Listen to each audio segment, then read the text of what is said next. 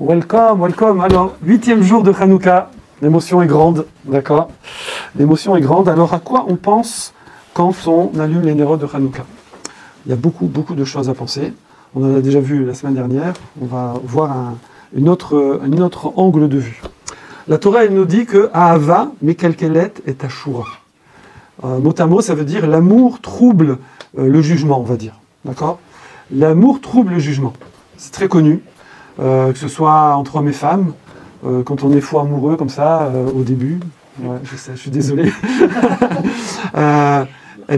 Bon, mais c'est normal. Hachem a mis, on a déjà parlé de ça, il a mis ce chen, ça s'appelle, cette espèce de grâce particulière du début. Mais il faut le savoir, justement. Il faut le savoir, parce qu'il a mis cette grâce-là qui va exagérer les bons côtés de la personne et cacher les mauvais côtés de la personne. C'est-à-dire, en fait, on a une vision qui est troublée par l'amour. Et donc, on extrapole, enfin non, on exagère le bon côté de la personne et le contraire. Et évidemment, ça ne dure pas indéfiniment. Parce qu'ensuite, ça c'est un cadeau qu'Hachem y fait au début de la rencontre. Et ensuite, on commence à voir les choses plus nuancées. On commence à voir que les qualités sont pas si grandes, les défauts sont pas si petits. Mais attention, je veux dire, ça reste, c'est normal. C'est normal. Hachem a mis ça pour nous aider au début. C'est pour ça que ceux qui me connaissent le savent. Je dis toujours ne traînez pas, parce que le problème c'est que si on traîne sur cette période-là de reine, de grâce, cadeau, eh ben après on risque de ne pas se marier. Voilà. Mais il faut le savoir, parce que quand on se marie, eh ben après cette période elle va évoluer. Et alors c'est pas un cours sur le mariage, hein. Mais je profite parce que comme j'ai dit ça, je suis obligé d'expliquer. Mais ensuite, l'amour va se construire justement par le don, par Ahava. Ahava, ça vient de Av, de donner, par le fait qu'on va chercher à donner à l'autre et réciproquement. Et là, ça va construire le vrai amour. C'est l'amour du début, c'est pas le vrai. C'est le cadeau, c'est Hachem qui vous envoie ça for free, d'accord? Et ensuite, on construit son amour. Maintenant, pareil pour les parents et les enfants. Ce cours, exceptionnellement, il est tiré de Rav Pinkus à la Vachalom, parce que d'habitude c'est Rav Velbe ou Rav Friedlander, là c'est Rav Pinkus. Là-bas, il explique, il dit, pourquoi, alors que chez les animaux, on voit que la plupart des animaux, genre les chevaux, les mammifères, etc., le chat, non, c'est un peu différent, quand ils naissent, ils sont très très vite autonomes, d'accord? Un petit veau, quelques heures après, il marche, il court derrière sa maman, voilà. Alors que les êtres humains, vous allez voir, Bezrat Hashem, bientôt, après le mariage, que pendant 1 an, 2 ans, il fait rien. Il peut même pas tenir debout, il fait que manger, dormir, etc. Et tout va bien, Maxime? Non? Ah oui, il faut bouger. Ah là, ouais, ça va faire après, les gens, ils vont voir là. Ah. Merci Maxime. Alors, je recommence depuis le début. Alors, Ahava, Mekalkelet et Ashura. Non, vous inquiétez pas. Moi aussi, il faut que je fasse gaffe. Donc, pourquoi les bébés, c'est comme ça? Justement pour que les parents, ils soient dans une situation, enfin, le bébé est dans une situation de dépendance totale et prolongée, et de façon à ce que les parents donnent beaucoup. Ils vont donner. Alors, c'est vrai qu'il y a un amour naturel, de base, d'accord? Surtout chez la maman, mais le papa aussi, mais beaucoup la maman, parce qu'elle a porté elle pendant 9 mois. Ça aussi, ça pourrait être plus rapide, hein, ça pourrait se faire en 1 mois ou en 2 semaines. Hein.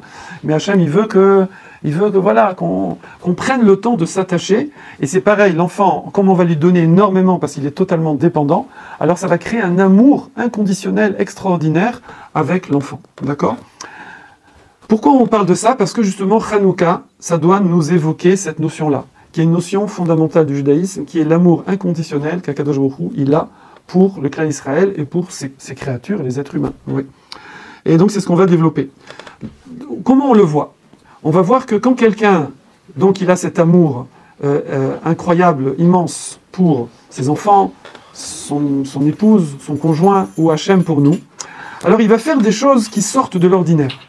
Il va sortir, welcome, il va sortir de l'ordre, comment on dit, du chemin, d'accord? Comment?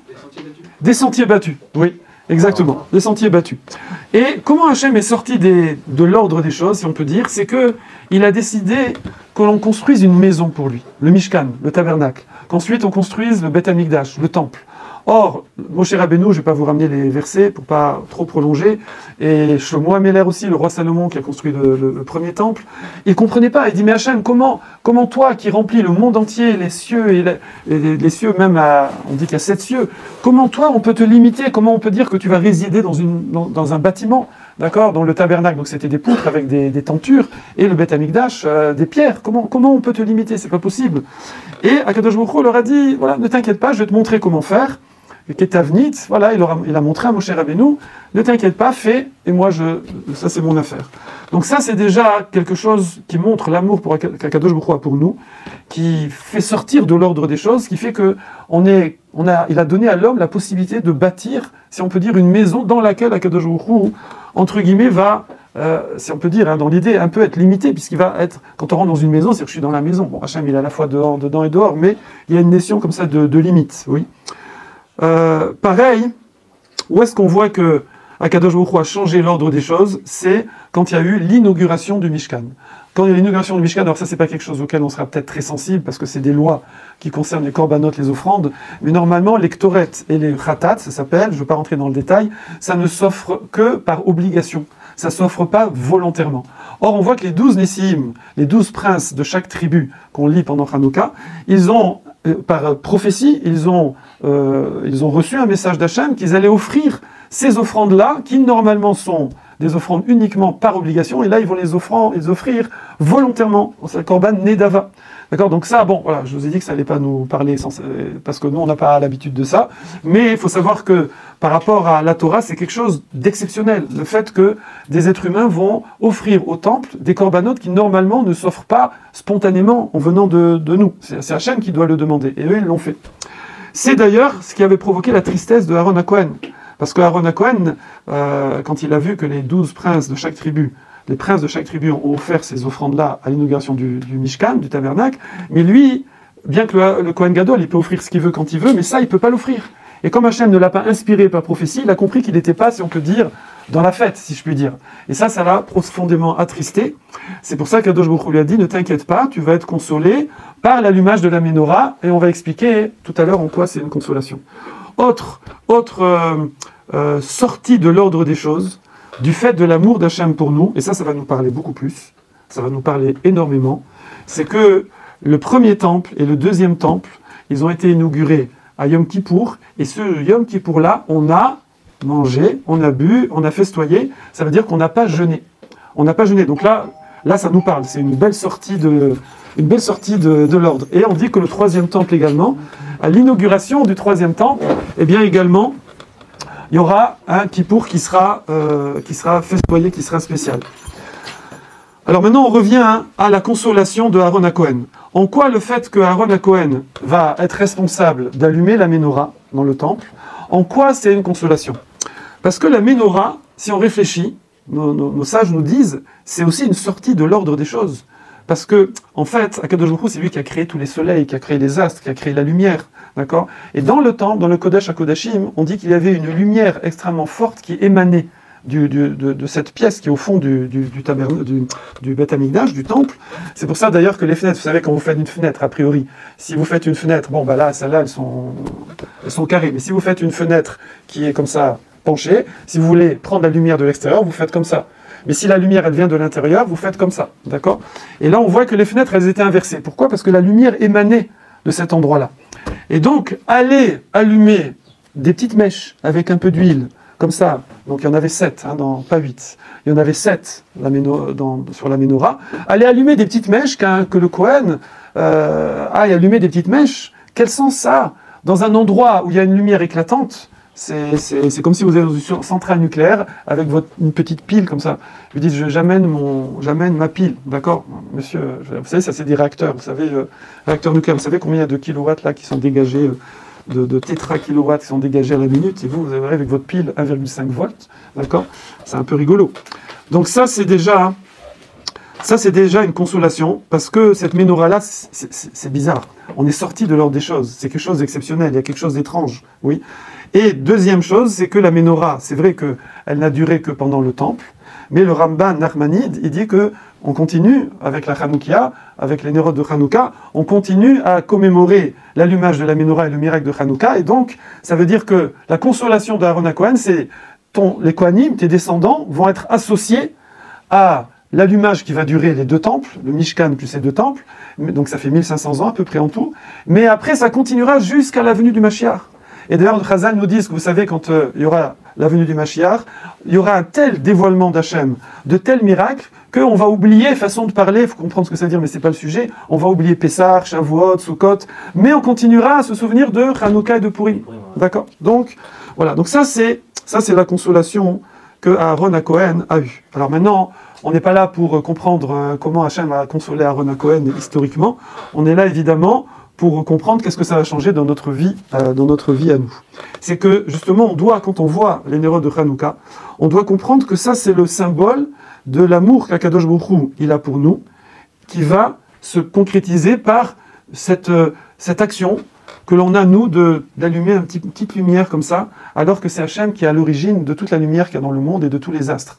Ça veut dire ce qu'on appelle, là, en hébreu, la shutfut. Le fait que Hachem nous a associés, nous a pris comme associés, nous a dit, voilà, moi je pourrais tout faire, mais je vais vous donner une part, vous allez être, pas mon égal, mais je vais imaginez quelqu'un, à un moment je travaillais dans un labo, c'était en Suisse, ça s'appelait Sandoz, ouais c'est ça.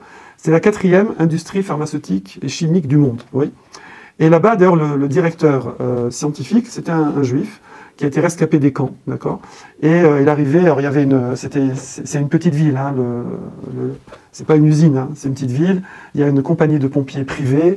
Il y a un bâtiment entier avec je sais pas combien d'étages, c'est que la restauration. Et imaginez, il y a des milliers de personnes qui travaillent là, tout est enfermé comme ça. Et donc lui, là, quand il venait, ce directeur scientifique de Sandoz mondial, il avait un appartement au dernier étage avec ses bureaux, et il venait en hélicoptère, d'accord, il se posait au-dessus, c'est la grande classe, d'accord. Et donc une fois, il est venu dans le labo, des fois il allait voir les petits chercheurs comme ça, et une fois il est venu dans le labo, et puis bon, tout le monde se présente, on lui serre la main, etc. Et il y a une personne, donc on se sent, on est associés, c'est lui le boss, bon, on travaille ensemble, on est une équipe, d'accord. Et là, c'est pas Dieu, hein, c'est juste un directeur scientifique.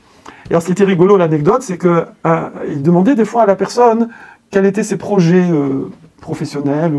Et une fois, il y a un jeune qui était là, et il lui a dit, moi, mon projet, c'est votre poste. C'est votre place. Mais il a aimé. Bon, voilà. Donc, on va pas aller jusque-là, bien qu'il y en a qui l'ont fait. Bon, on passe. Vous avez compris l'allusion, c'est pas sympa. Alors, donc...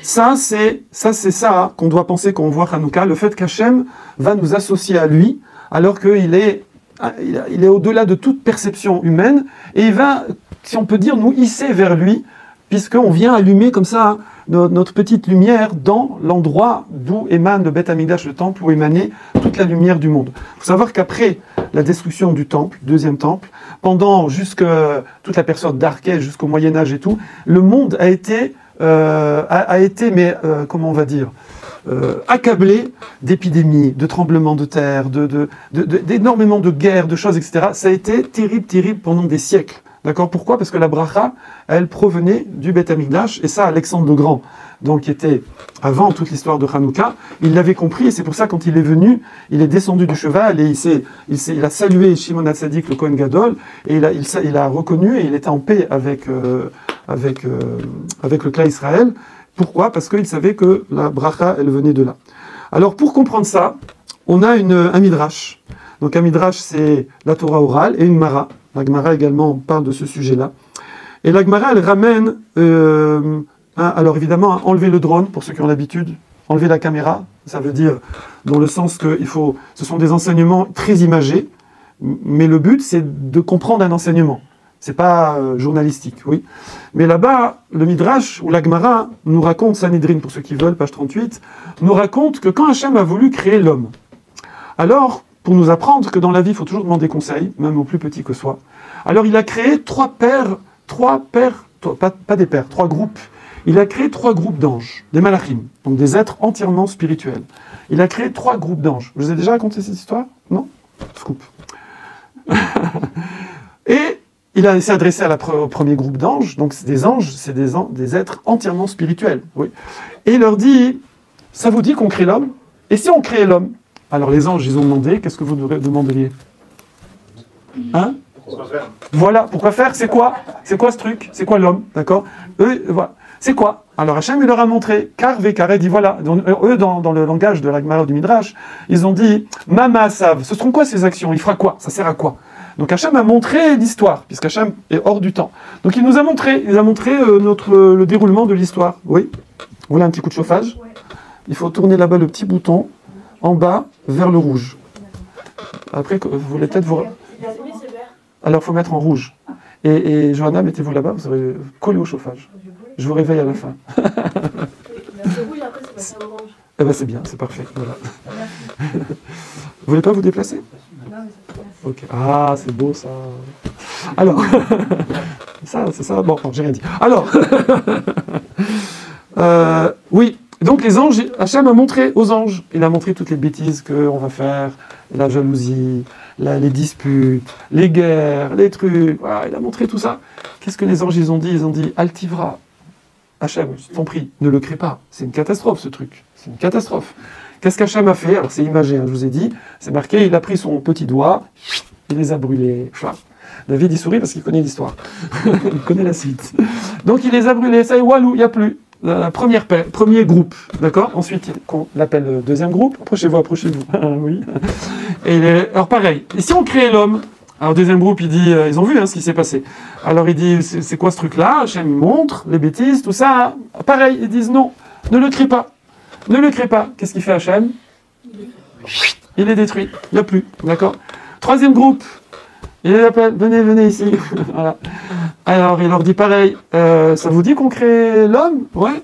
Dans la Gemara, dans mon édition, c'est pas dans toutes les éditions, mais il y a marqué dans la marge, c'est le seul endroit où c'est marqué. Cette Gemara est difficile à comprendre. C'est marqué dans la marge, il y a une petite ligne comme ça dans certaines éditions. Alors, alors les anges, ils leur montrent les bêtises qu'on va faire. Qu'est-ce qu'ils disent les anges? Ne dis pas David, toi tu connais. Qu'est-ce qu'ils disent? D'accord. Ah, bravo. Ah, Daniel, bravo. Bravo. Ils disent, Hachem, le monde entier t'appartient. Fais ce que tu veux. Osé, ressonnera Osé. Fais ta volonté. Fais ta volonté. Je veux dire, qu'est-ce que tu veux qu'on fasse? Parce qu'ils sont un peu forcés, d'accord, par la situation. Ok. Donc, Hachem, il dit, bon, puisque je vois que tout le monde est d'accord, à l'unanimité, et donc il crée l'être humain. Voilà. Mais plus tard, dans la suite de la création, après, on a fait la faute du déluge, d'accord, d'Orénoch, la tour de Babel. Et là, les anges, ils sont revenus un petit peu sur le dossier. Et ils ont demandé à Hachem, c'est juste une question, hein, faut pas se fâcher, on reste comme ça, cool, mais on peut dire. Mais juste, ils n'avaient pas raison, les premiers anges là, ils n'avaient pas raison. Qu'est-ce qu'Hachem va répondre? Et Hachem, il répond une phrase énorme. Il dit, tu te souviens par cœur, Ani Asiti, j'ai fait. Ani Essa, je porterai. Ani Esbol, je supporterai. Veani Emalet, et je les sauverai. C'est vrai, Hachem, il dit, je sais.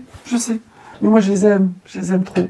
Je les aime trop, vous savez. Comme une maman, la pauvre, que Dieu préserve, qui aurait eu des enfants qui deviennent des voyous de ouf, de trucs, eh ben, bon, après, il y a des mamans, bon, mais normalement, une maman, elle va toujours défendre ses enfants, elle va toujours les trouver les plus beaux et les plus, même si c'est les plus moches, et les plus intelligents, même s'ils sont bêtes. Je dirais, voilà, ils ont toujours raison. Sauf quand c'est par rapport à elle, hein, mais bon.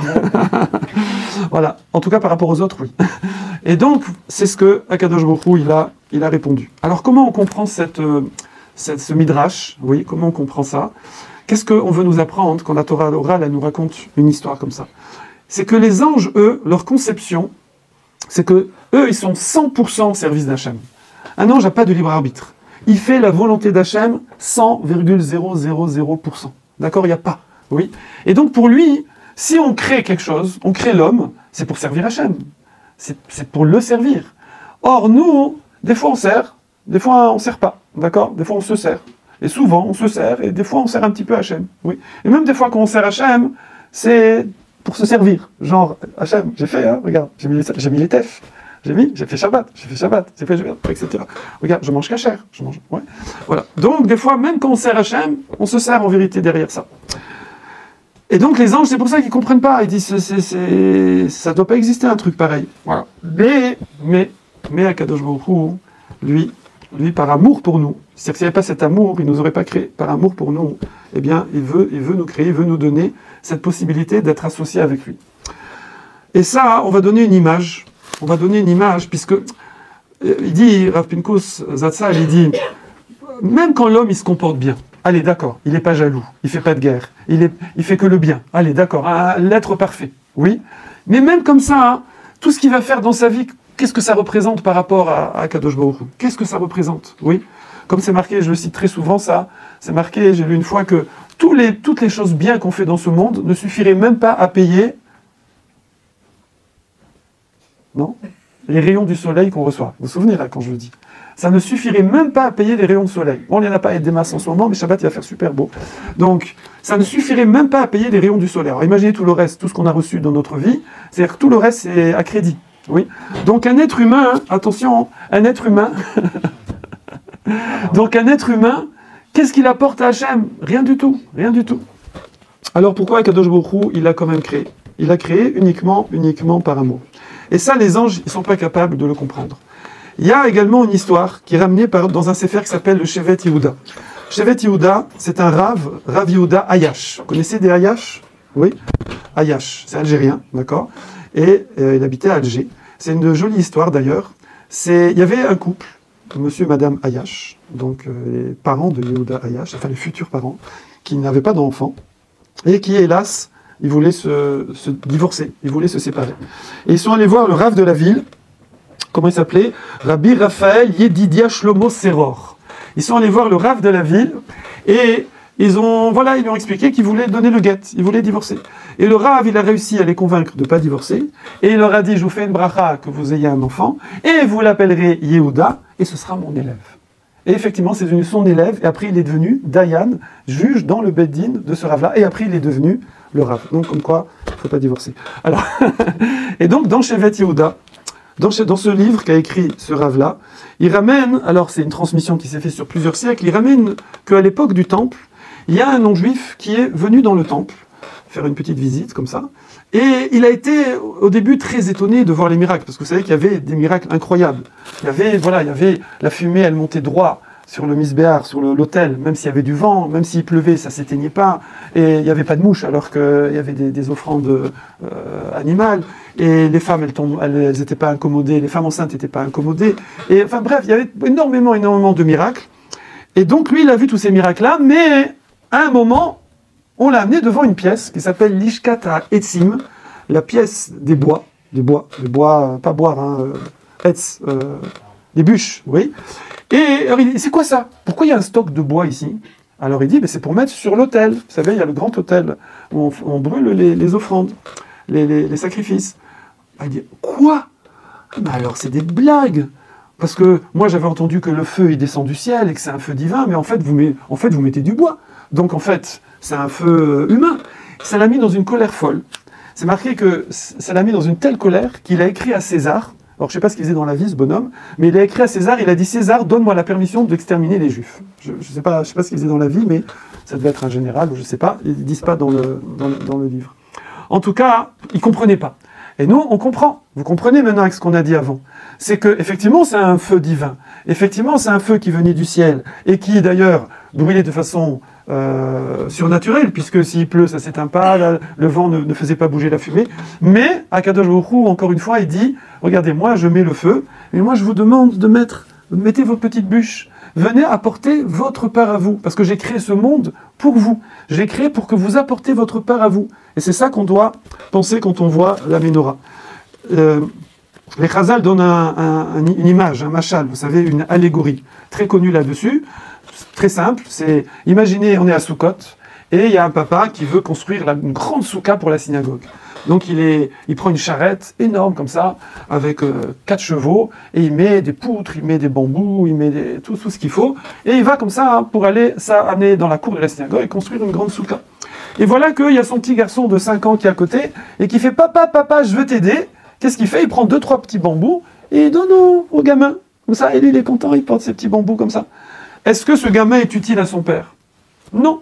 Alors pourquoi il fait ça? Par l'amour qu'il a pour son enfant. Parce que comme ça, l'enfant, il se sent associé. D'ailleurs, ça, c'est la base de l'éducation. L'éducation, il faut que l'enfant, il sente qu'il est associé avec vous. Et après, quand vous aurez un premier enfant, top. Quand vous avez le deuxième, bah, devant le premier, il se sent un peu spolié. Non, on dit pas spolié, non? Si, spolié. Il se sent un peu, on va lui prendre ses parents, alors il faut l'associer au bébé. On fait le petit cadeau, le bébé, il offre un cadeau. Et c'est ton petit frère, tu t'occupes de lui, donc voilà. Et c'est ce que Akadosh Baruch Hu a fait avec nous en créant ce monde. Et c'est ça que représente l'allumage de la menorah au temple et l'allumage maintenant des neurones de Hanouka. D'ailleurs, nos sages nous disent, vous savez que dans la Torah, il y a des mitzvot minatora, il y a des mitzvot des Rabbanan, et il y a des minagim qui ont pris force de loi, et il y a des minagim qui n'ont pas pris force de loi, mais qui sont pratiqués par certains groupes ou familles, d'accord, genre tunisien, algérien, ashkénaze, chassid, etc. Et après, il y a des minagim que chacun il va prendre sur lui. Voilà. Donc il y a différents niveaux dans les lois. D'ailleurs, souvent, quand on étudie la halakha, on va dire attention, attention, ça c'est minatora. D'accord? Oula, attention, c'est minatora. Oui. Et bon, ça c'est des rabbanan. Donc c'est les rabbanan qui ont instauré. Alors c'est les rabbanan de l'époque du temple, hein, d'accord, en général, Knesset Agdola et tout, ou Ezra. Alors attention, ça ne veut pas dire que quand c'est minatora, là, il faut faire très attention, et quand c'est des rabbanan, bon, vas-y, cool. Ouais. Non, c'est juste que, effectivement, on dit par exemple Safek de Horaïta la Khumra, Safek des Rabbanan la Kula. C'est que simplement la Torah, elle a prévu déjà qu'on écoute les Rabbanan, donc quand on écoute les Rabbanan, on fait aussi une mitzvah minatora, mais elle a prévu aussi que quand je suis dans le doute sur une mitzvah minatora, je dois être marmir, ça veut dire je dois dans le doute être plus strict, d'accord? C'est-à-dire que je suis pas sûr si c'est kasher minatora, je mange pas. Et quand c'est un doute des Rabbanan, alors attention, hein, bon, il faut voir les détails, hein, dites pas, bon, bah, la boulangerie, c'est un doute des Rabbanan, donnez-moi un croissant. Voilà, non, on n'est pas, c'est plus compliqué. Mais quand il y a un doute des Rabbanan, alors on va être la Kula, ça veut dire on va être moins strict. Bon, je vais vous donner un exemple, parce que j'ai peur que vous sortiez et que vous allez... Voilà. Donc, par exemple, manger du Chametz à Pessah, c'est Minatora ou des Rabbanan? Minatora, bravo. Maintenant, du Chametz qui a appartenu à un juif, et que le juif ne l'a pas vendu, il l'a gardé dans sa possession pendant Pessah. Ça s'appelle Chametz She'avar Alav Pessah, du Chametz qui est passé dessus Pessah, d'accord, qui a appartenu à un juif. Eh bien, après Pessah, ce Chametz est interdit des Rabbanan. Il est interdit des Rabbanan. Pourquoi? C'est une barrière pour éviter que les gens ils gardent du Chametz pour après la fête de côté, d'accord, sans le vendre. Ah, alors, peut-être que c'est les pizzas. Ouais. Pizza, alors, tu peux appuyer sur pause, s'il te plaît. Voilà. Donc, du coup, le Chametz à Pessah, c'est Minatora. Le Chametz qui a passé Pessah, c'est des Rabbanan. Alors, qu'est-ce que ça veut dire que, comme c'est des Rabbanan, par exemple, on va donner une liste de magasins, on va dire, dans ces magasins, vous pouvez acheter, vous avez déjà vu ça, dans ces magasins, faut attendre un mois. Mais qui me dit? Non, je veux dire, t'es pas obligé de vérifier, t'es pas obligé de... Voilà, on fait comme ça, et tu n'es pas obligé d'aller faire une enquête sur chaque paquet de pâtes ou de semoule, de farine. Voilà, tu attends un mois parce qu'a priori c'est bon, etc., etc. On va suivre des règles, évidemment, des lois, mais ça va être un peu plus cool que... Voilà. Pareil dans les lois du mariage, par exemple, il y en a qui se préparent au mariage, il y aura la pureté familiale, il y aura des lois minatora, alors là, il n'y a pas de tag, et il y aura des lois des Rabbanan où il y aura plus de conditions, si c'est comme si ça va, si c'est pas comme si ça va, voilà, il y aura de la dentelle, si vous voulez, voilà, parce que c'est prévu depuis le début, comme ça, pour des tas de raisons. Alors, on pourrait croire à cause de ça, que quand c'est des Rabbanan, c'est moins important. Eh bien, pas du tout. Les Chazal nous disent, Chavivin, divrei sofrim, ils sont plus chers les misvot des Rabbanan à Hachem que les misvot minatora. Elles sont plus chères. C'est vrai que dans la pratique, on a prévu des coulottes, des arrangements, ok, mais quand même, Hachem, ça lui est plus cher les misvot des Rabbanan que minatora. Comment comprendre ça? Parce que c'est par là que nous, on exprime. Quand on fait les mitzvot minatora, sous-entendu, c'est un peu les ordres d'Hachem. Par contre, quand on fait les mitzvot des Rabbanan, même si c'est les Rabbanan qui les ont instaurés avant pour nous, mais ça vient plus de nous, si on peut dire. C'est des mitzvot qu'ont instauré les hommes, oui, avec des règles qu'Hachem a données, évidemment. Mais c'est quand même les hommes qui ont instauré ces règles. Je donne une petite image sympathique de couple, pour vous donner des idées aussi pour après le mariage. Imaginez, par exemple, que une épouse, une jeune épouse, comme ça, elle a un petit chat dans la gorge, comme ça, le matin, elle se réveille, comme ça, voilà. Et alors, elle arrive comme ça elle arrive dans nulle part, elle est allée, voilà, elle a fait des Tiat Yadayim, elle a fait ses brachot, puis elle est retournée se mettre sous la couette, voilà, prétexte. Elle se met sous la couette. Et elle dit, donc son mari est déjà dans la cuisine, il est prêt et tout, elle lui fait chérie, tu peux préparer un petit thé, d'accord? Non, c'est pas l'habitude. D'habitude, on va prendre le petit déj ensemble dans la cuisine, et là, elle veut se faire un peu chouchouter. D'accord? Alors imaginez le mari, hein? C'est normal, voilà, hein, c'est normal. Donc, imaginez le mari qui va lui amener un thé. Il a juste ou il a faux? Il a juste, bah oui. Alors, s'il lui amène un thé, il a fait la mitzvah minatora. Bah oui. D'accord? Il a fait la mitzvah minatora. Mais il n'a pas fait la mitzvah des Rabbanan. Le croissant, je Voilà Daniel. Daniel, ça c'est un bon chido. Elle en a marié, moi il y en a d'autres ici. Hein? Peut-être qu'il a bossé. Bah, il fait Non, non, c'est dimanche, ça va. Tu vois, déjà, tac, tac, on se défile, attention. Non, alors il va amener le petit plateau, il va amener le petit croissant, il va amener la petite fleur comme ça, dans le petit vase comme ça, le petit bijou. Non, il va pas exagérer. Mais c'est ça, c'est tout ce qu'il va rajouter, qui va vraiment montrer son amour particulier, son lien particulier. D'accord? Bon, heureusement, ma femme, elle n'écoute pas. Alors, par contre, le problème, c'est que sur Spotify, peut-être qu'elle pourrait écouter. Parce qu'elle n'a pas YouTube et tous les trucs. Voilà. Donc, elle va me dire, je sais pas, je me souviens pas avoir vu le plateau avec la petite fleur, le croissant et tout. Voilà. Voilà. Alors maintenant, vous allez me dire, ok, c'est magnifique, mais mais quand même, ça a été légiféré, ça a été réglementé. Donc nous, des fois, on ne sait même pas si c'est Minatora ou des Rabbanan. On fait les mitzvot. On est-il à Tiadaïm? C'est Minatora ou des Rabbanan? Des Rabbanan, d'accord. Voilà. Donc des fois, nous, alors voilà. Donc de toute façon, pour nous, c'est pareil, quoi. C'est kiff kiff, voilà.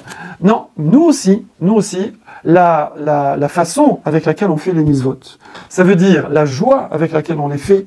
La précision dans les halachot avec laquelle on les fait, le fait d'étudier les halachot, le fait d'étudier, il y a quelqu'un, voilà, il fait Shabbat tout le temps, ça fait, voilà, moi, j'ai fait tchouva, ça fait 10 ans que je fais Shabbat, c'est un cas, hein, c'est pas mon cas, donc mais il n'a jamais étudié les lois de Shabbat.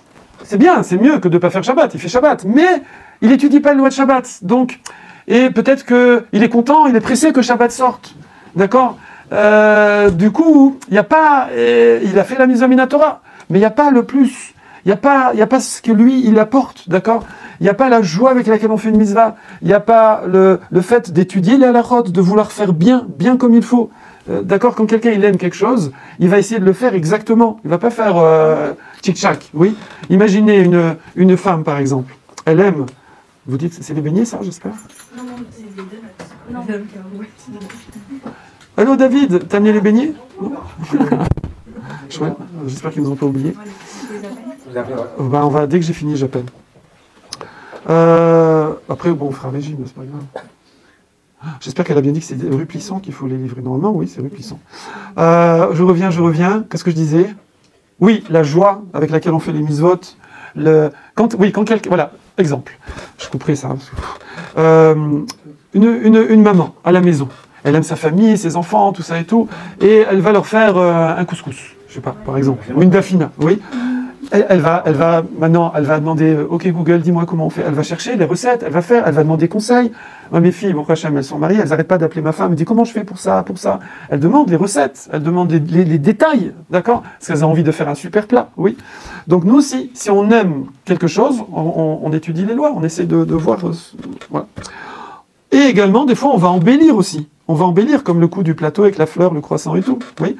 Donc ça s'appelle Hidur Mitzvah. Et d'ailleurs, vous n'êtes pas sans ignorer que dans Hanouka, la mitzvah de Adlakat Nerod, d'allumer les Nerod de Hanouka, qui est une mitzvah des Rabbanan, oui, eh bien, c'est combien de bougies ou de nerfs, de mèches par soir?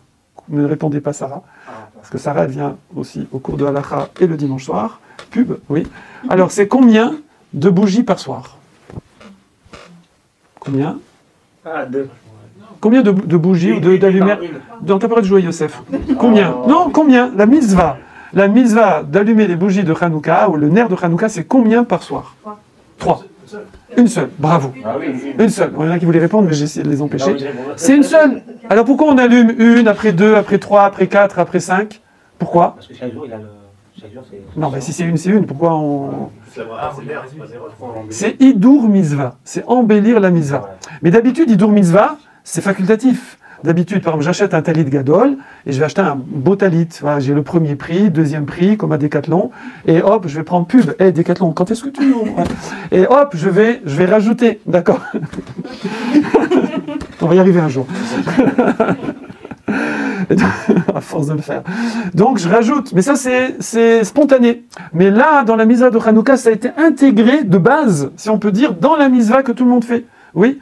Pourquoi? Parce que justement, cette lumière qu'on allume, elle représente cette shoot-foot, cette association qu'on a avec Hachem, alors qu'on est si petit. Et qu'Akadosh Baruch Hu, il a créé tout ce monde-là, justement pour nous permettre de se hisser, si on peut dire, de nous hisser à être son associé.